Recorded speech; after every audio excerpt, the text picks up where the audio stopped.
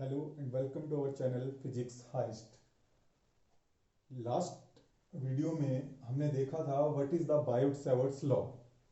बायोट-सैवर्ट्स law की application आज हम देखेंगे। इसकी डिफरेंट डिफरेंट एप्लीकेशंस हैं।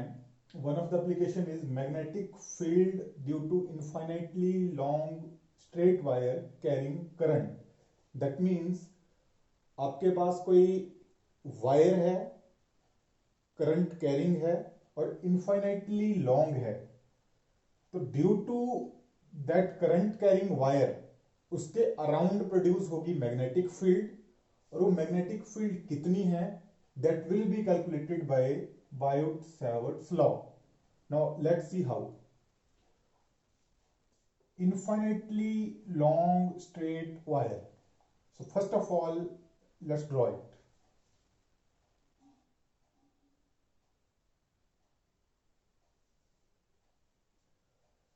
Let us suppose this is our infinitely long straight wire.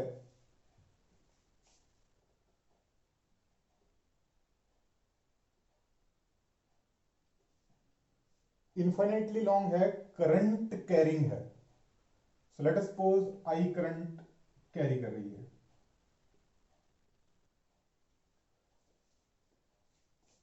I current carry कर रही है, करंट कैरिंग है, तो जब भी कोई मूविंग चार्ज होगा उसके अराउंड वो क्या प्रोड्यूस करेगा, मैग्नेटिक फील्ड। सो करंट है दैट मीन मूविंग चार्ज है, तो अपने अराउंड ये मैग्नेटिक फील्ड प्रोड्यूस करेगी। सो डायरेक्शन कहां होगी, इनटू द बोर्ड। नाउ इसकी मैग्नेटिक फील्ड के अंदर हमें लेट अस सपोज यहां तक या किसी भी स्पेस तक इसका इफेक्ट एक्सपीरियंस किया जा सकता है मैग्नेटिक फील्ड का। तो हमें किसी भी पॉइंट पे देखना है कि कितना मैग्नेटिक फील्ड है due to this current carrying wire. Let us suppose ये पॉइंट कोई P है,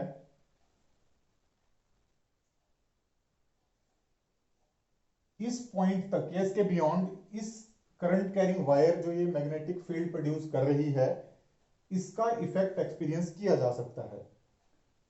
इसका perpendicular distance let it is x.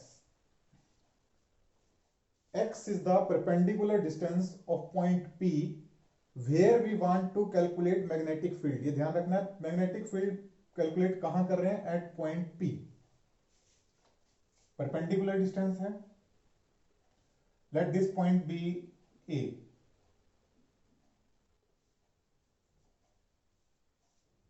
अब वायर है, इसमें हमने कोई भी करंट एलिमेंट कंसीडर कर लेना है। कोई भी छोटा सा करंट एलिमेंट कंसीडर कर लिया, और उस करंट एलिमेंट कितनी मैग्नेटिक फील्ड होगी उसकी, that will be given by Biot Savart's law, that means dB। Let us suppose at this point current element कोई मैंने कंसीडर कर लिया dl लेंथ का। Now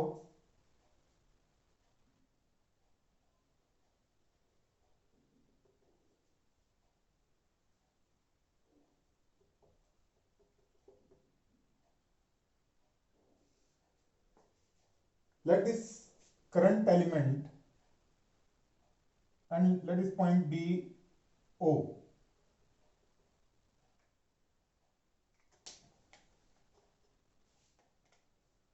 Let this O is making angle phi with this, let it be R.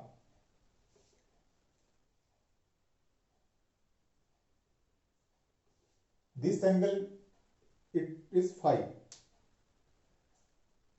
Now the point P from where we have to calculate the magnetic field, let this angle be theta.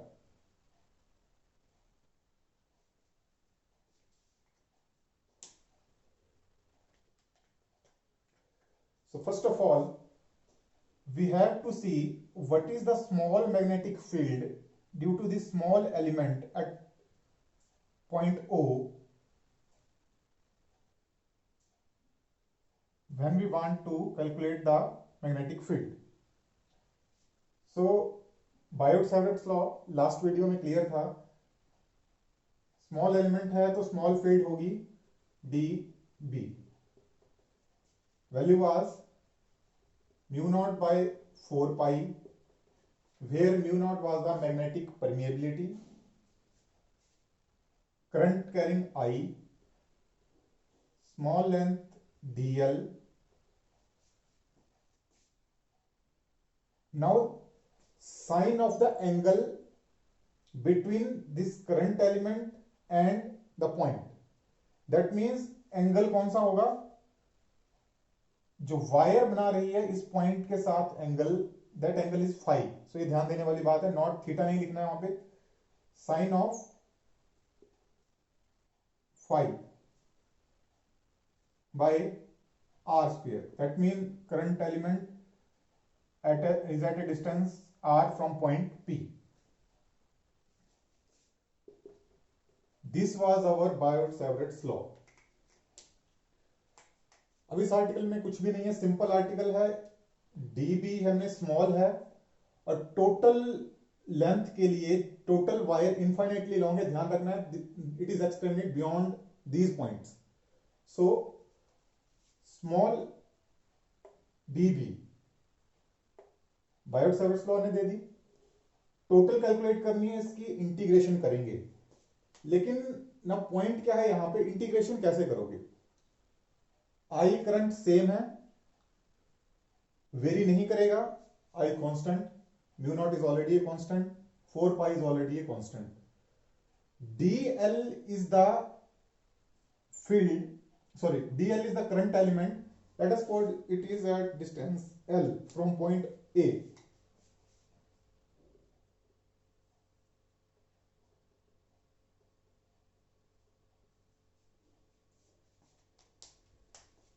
L point पे ये current element A से है।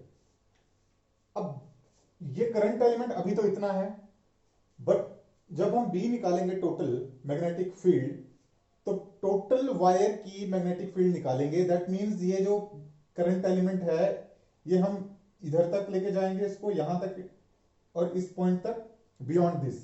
So that means ये length भी very करती जाएगी, सिर्फ यहां का तो निकाल नहीं रहे हैं, पूरी का निकालना पड़ेगा, तो L की वैल्यू चेंज होती रहेगी थ्रू आउट जब हम पूरी वायर के लिए निकालेंगे। सो ये L भी वेरी करेगा, this is variable, these all are constant. Now R, जब ये L वेरी करेगा, so R की वैल्यू भी चेंज होगी, that means R is also variable. Now sin phi, ये भी वैल्यू चेंज करेगी, this value will also alter, so finally phi की वैल्यू भी चेंज होने वाली है, सो दिस इज आल्सो वेरिएबल। अब तीनों वैल्यूज वेरी कर रही हैं, सिंपली इंटीग्रेशन करनी है और कुछ नहीं करना है, लेकिन वेरिएबल हमारे पास 3 है, तो हमें इन तीनों वेरिएबल को किसी एक फॉर्म में लाना पड़ेगा जिसके विद रिस्पेक्ट टू हम इंटीग्रेशन कर सकें। ओके, सो देखिए किस तरह से करते हैं। राइट एंगल ट्रायंगल है हमारे पास,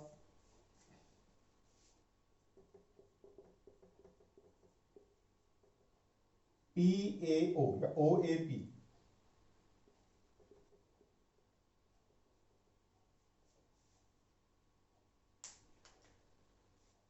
अब पहले इसमें निकालेंगे साइन फाई कितना है।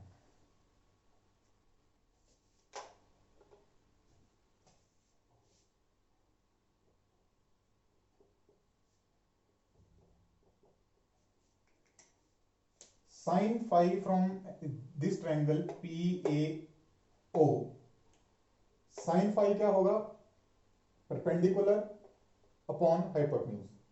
सो what is the perpendicular here, perpendicular phi consider कर रहे हैं, means phi, so this is the base, this is the base, दोनों एंगल इस पे बन रहे हैं।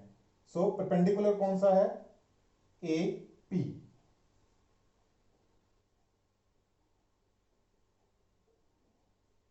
हाइपोटेन्यूज कौन सा है, O P, A P is equal to x while OP is equal to R. That means sin phi is equal to x by R. Now, अगर हम थीटा को कंसीडर करें, फाई को रहने देते हैं, सो यहां पे अगर देखें इस ट्रायंगल में, सेम ट्रायंगल में PAO, इसमें जब थीटा को कंसीडर करते हैं तो theta and this 90 degree angle, so that mean इस एंगल के लिए ये बेस हो गया, and what is the hypotenuse? Hypotenuse is r, that means base by hypotenuse, तो कौन सा थीटा हो गया? Cos theta. So cos theta x by r cos theta हो गया. सेम अगर फाई एंगल कंसीडर करते हैं तो हो गया sine phi. So first of all sine phi is equal to cos theta. देखिए एक वैल्यू निकाल ली, किसी एक वेरिएबल में हमने इन तीनों को कन्वर्ट करना है. साइन फाई को कन्वर्ट हो गया कॉस थीटा में, दैट मीन्स अब थीटा में ही देखेंगे, सभी थीटा के विद रिस्पेक्ट टू ही करेंगे, क्योंकि वैसे भी थीटा एंगल जिस पॉइंट से हम डिनोट कर रहे हैं वहां पे फाइनली फंडा क्या है, थीटा एंगल में क्यों कन्वर्ट कर रहे हैं? जब ये वायर इनफाइनाइटली लॉन्ग हो जाएगी, infinitely long means much beyond than this and much beyond than this, so ये एंगल बढ़ता बढ़ता कितना हो जाएगा? फाइनली ये 90 डिग्री तक पहुंच जाएगा. देखिए कैसे, जब ये थोड़ा और इस लेंथ को बढ़ाएंगे, कंसीडर करेंगे,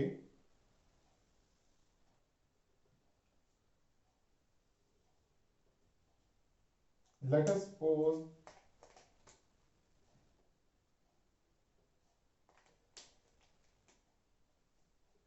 this angle is theta 1 and this angle is theta 2. Theta 1 downward है, मींस इसको हमने ले लिया एंटी क्लॉकवाइज, थीटा 2 है क्लॉकवाइज. सो कहां तक ये लेंथ बढ़ेगी? वायर तो इनफाइनाइटली लॉन्ग है, दैट मींस बहुत ज्यादा लंबी है, तो फाइनली ये एंगल कैसे हो जाएगा? बिल्कुल 90 डिग्री हो जाएगा अप्रोक्सीमेटली. सो इसीलिए हमारे पास ये बेनिफिशियल है यहाँ पे कि हम 90 डिग्री हो जाएगा ये एंगल, ये भी और ये भी, तो यहां से इजीली कैलकुलेट कर सकते हैं. दैट्स व्हाई थीटा की फॉर्म में हम इन सभी को ला रहे हैं. एक हमने साइन फाई को तो देख लिया वेरिएबल, दूसरा हमारा आर भी वेरिएबल है, डीएल भी वेरिएबल है.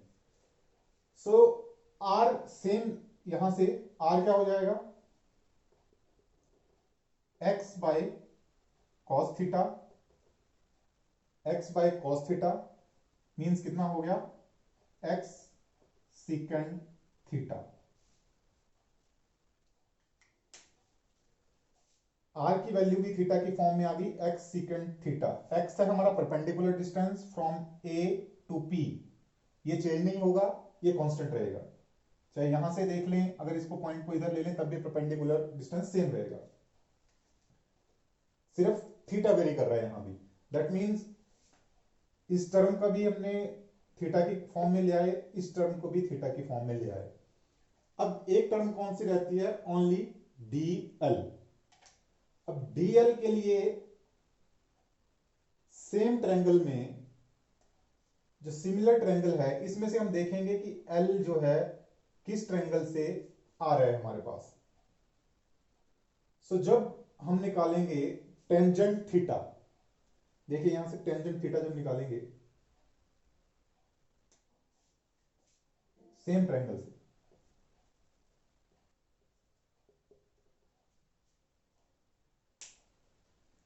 टेंजेंट थीटा क्या होता है हमारे पास?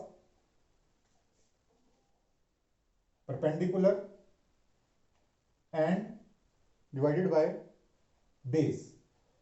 थीटा की बात करें तो थीटा वाली ट्रायंगल की बात करें, ये हमारे पास क्या हो गया? बेस हो गया, और परपेंडिकुलर कौन सा हो गया? This length. That means perpendicular by base. Base is our x. So यहां से L की वैल्यू क्या आ गई? L is x tangent theta. लेकिन एक्सप्रेशन में क्या है? dl. सो dl सिंपल है. dl को आप क्या कर सकते हो? इसको डिफरेंशिएशन कर दोगे तो dl आ गया. इधर x तो कांस्टेंट है. टेंजेंट थीटा की डिफरेंशिएशन होगी सीकेंट स्क्वायर थीटा एंड साथ में d थीटा. सिर्फ ये ध्यान रखना है कि ये तीनों वेरी कर रहे हैं, तो इनको एक फॉर्म में लाना है. थीटा की फॉर्म में ले आए, बताया मैंने क्यों. बिकॉज इजी हो जाएगा, 90 डिग्री एंगल बन जाएगा. ऊपर को भी क्लॉकवाइज भी एंटी क्लॉकवाइज भी जब जाएंगे इनफाइनाइटली लॉन्ग वायर की कैलकुलेट करने के लिए. सो अब सिर्फ एक्सप्रेशन में पुट करना है. डी बी हो जाएगा हमारे पास mu naught by 4 pi I is constant. dl, what is dl? dl x secant square theta d theta. What is sin phi? Sin phi is cos theta divided by r square. What is r? r is x secant theta. r square means x square secant square theta.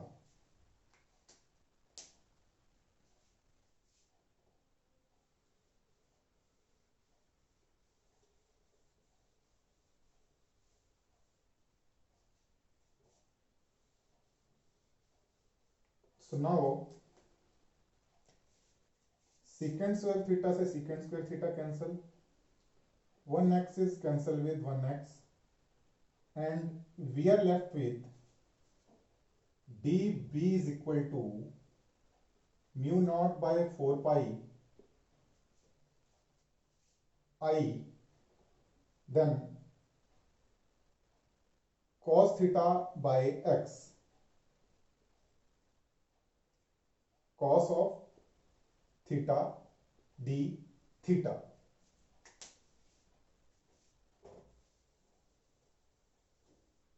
In this expression all these are constant except theta. So easy हो गया अब तो, because only one variable है. हमें पता है theta के with respect to हमें इंटीग्रेट करना है, टोटल मैग्नेटिक फील्ड हमें निकालनी है. एल का कोई इशू ही नहीं है.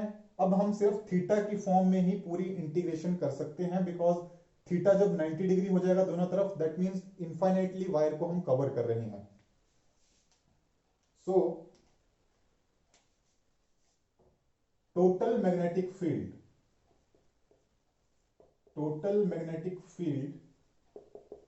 B कितनी हो जाएगी? B is equal to dB integration कहां से? अब देखिए थीटा 1 एक डायरेक्शन में मींस एंटी क्लॉक डायरेक्शन में, और थीटा 2 क्लॉकवाइज डायरेक्शन में, तो दोनों अपोजिट हैं. तो हमने थीटा को लिख दिया माइनस थीटा 1 से theta 2.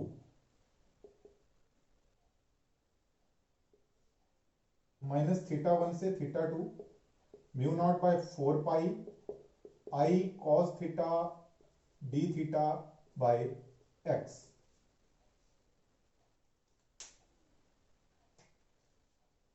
Mu naught by 4 pi I by x is constant, so simply B is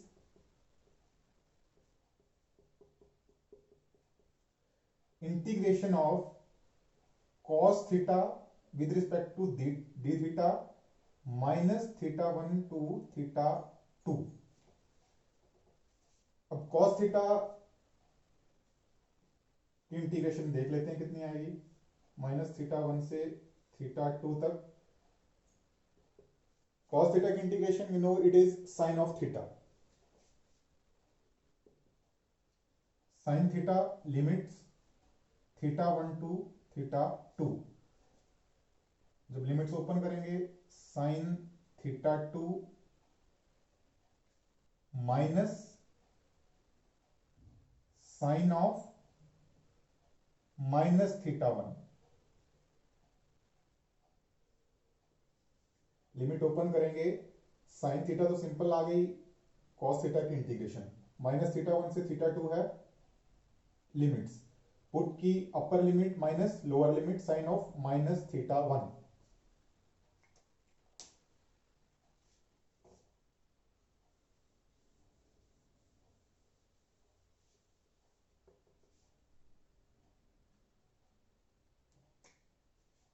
so finally हमारे पास कॉस थीटा की इंटीग्रेशन आ गई sine theta two minus sine minus theta is equal to minus theta, so it finally becomes plus sine theta one.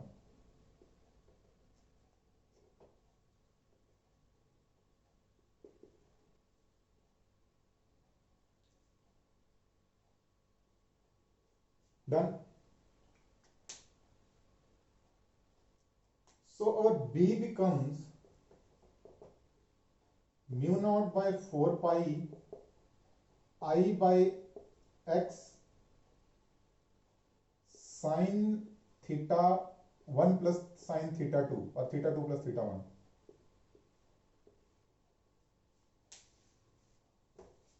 This is our total magnetic field due to a straight infinite current carrying wire. As wire is infinitely long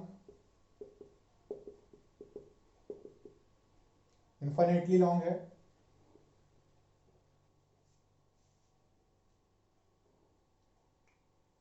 सो मैंने पहले ही आपको बताया, देखिए जब ये infinitely long है, theta two कितना हो जाएगा finally 90 degree, and same is the case with theta one. So theta 1 is equal to theta 2 and these will be almost 90 degree or pi by 2.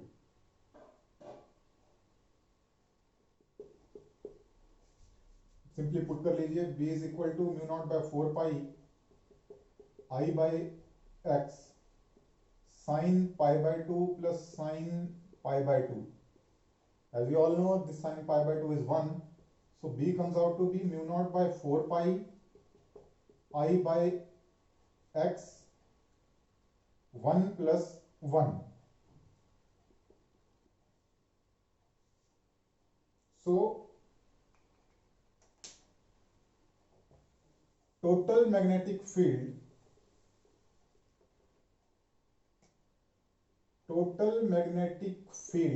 due to infinitely long straight wire carrying current I is B is equal to mu naught by 4 pi 2I by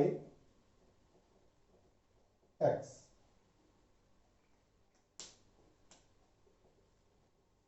This is the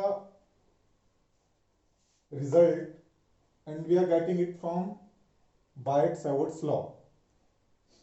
Now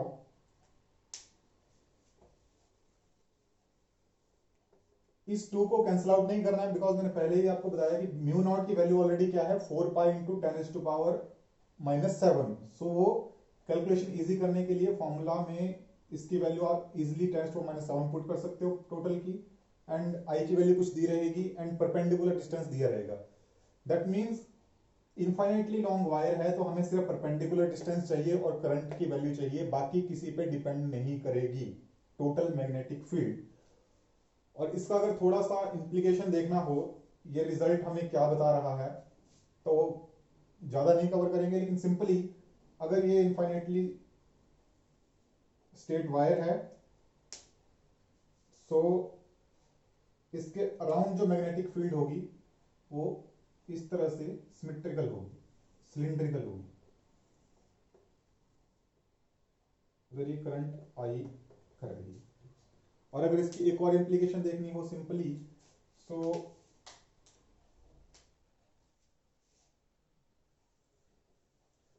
अगर B और X है इसके बीच में relation किस तरह का रहेगा? सो relation will be like this from here. So that was all from this video. We were doing the application of Biot-Savart law and it was infinitely long straight wire carrying current. In next video we will discuss about circular loop. Circular loop की वजह से कितनी magnetic field है using Biot-Savart's law. Thank you.